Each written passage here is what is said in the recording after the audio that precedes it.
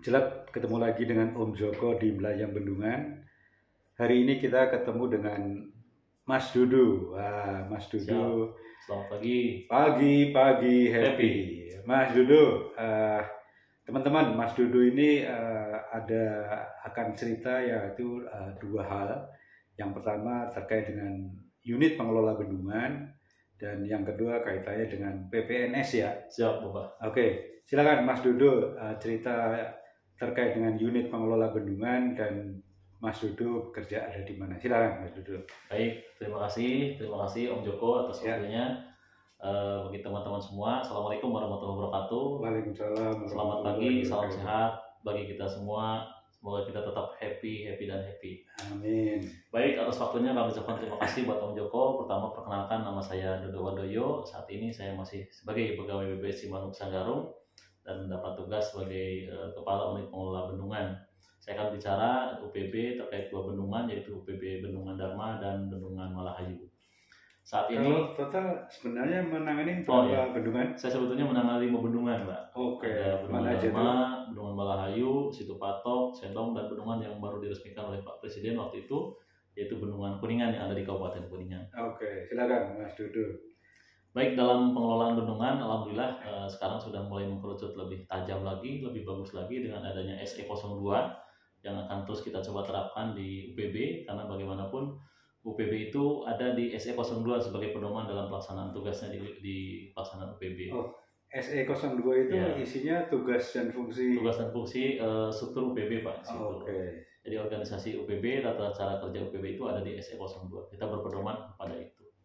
Dalam pengelolaan bendungan ini kita tidak terlepas dari 4 kegiatan. Ada yang namanya kegiatan operasi, ada kegiatan pemantauan, pemeliharaan, dan pengamanan kawasan bendungan. 4 kegiatan ini kita terus laksanakan sesuai dengan pedoman dan SOP yang ada, yang tujuan akhirnya kita ingin mencapai dalam pengelolaan bendungan yang profesional sebagaimana yang lain yang sudah profesional. Mudah-mudahan tujuan ini akan terlaksana meskipun butuh waktu yang cukup lama. Kami butuh belajar. Kami memang masih banyak harapan dan keinginan untuk lebih mengembangkan dan memperoleh ilmu-ilmu dari para pemangku kebijakan dalam hal ini, juga para senior yang memang sudah memiliki ataupun sudah expert di bidang bendungan.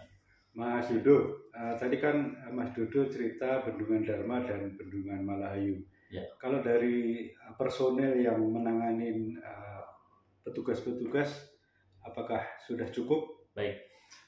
Kalau untuk dua bendungan, untuk Dharma dan Malahayu saat ini saya kira cukup lah, Pak.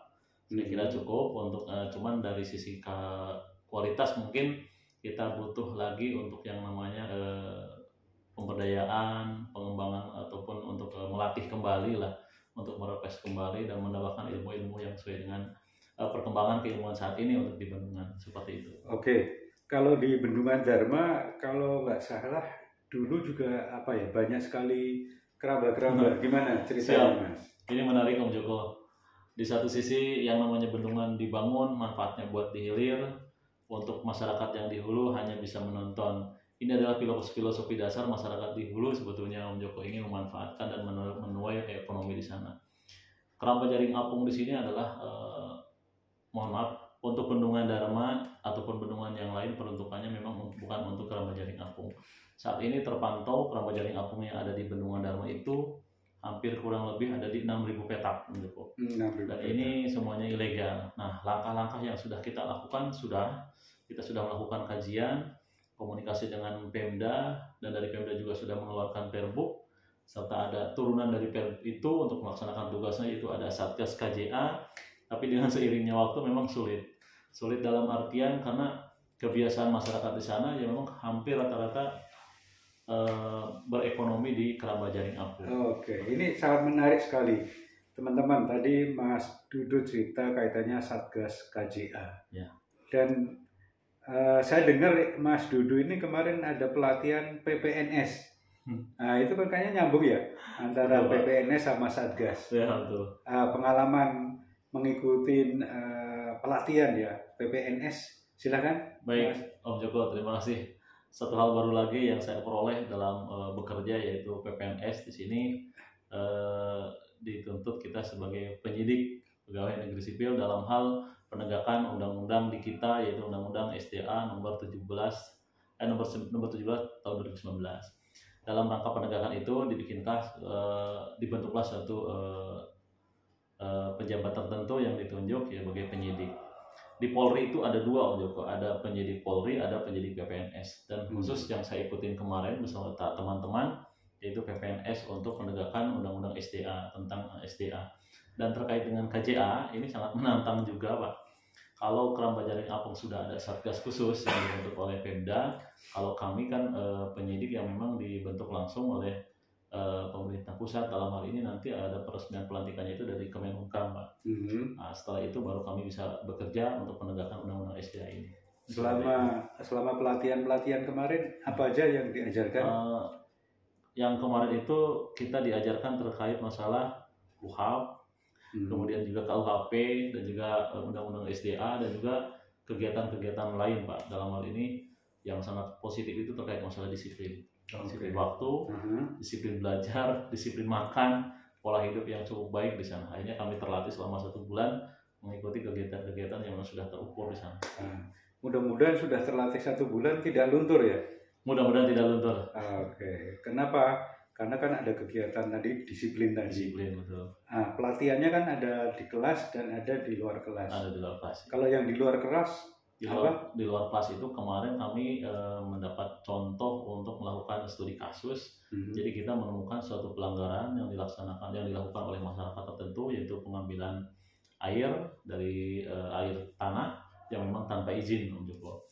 Nah, di situ kita proses mulai dari penyelidikan, kemudian pengumpulan barang-barang bukti, kemudian melakukan wawancara dan juga melakukan BAP, dan berikutnya untuk menentukan siapa nih pelaku usaha tersebut atau yang melakukan pelanggaran tersebut. Kita panggil dan kita sidik, artinya kita melakukan kegiatan penyidikan di situ. Oke.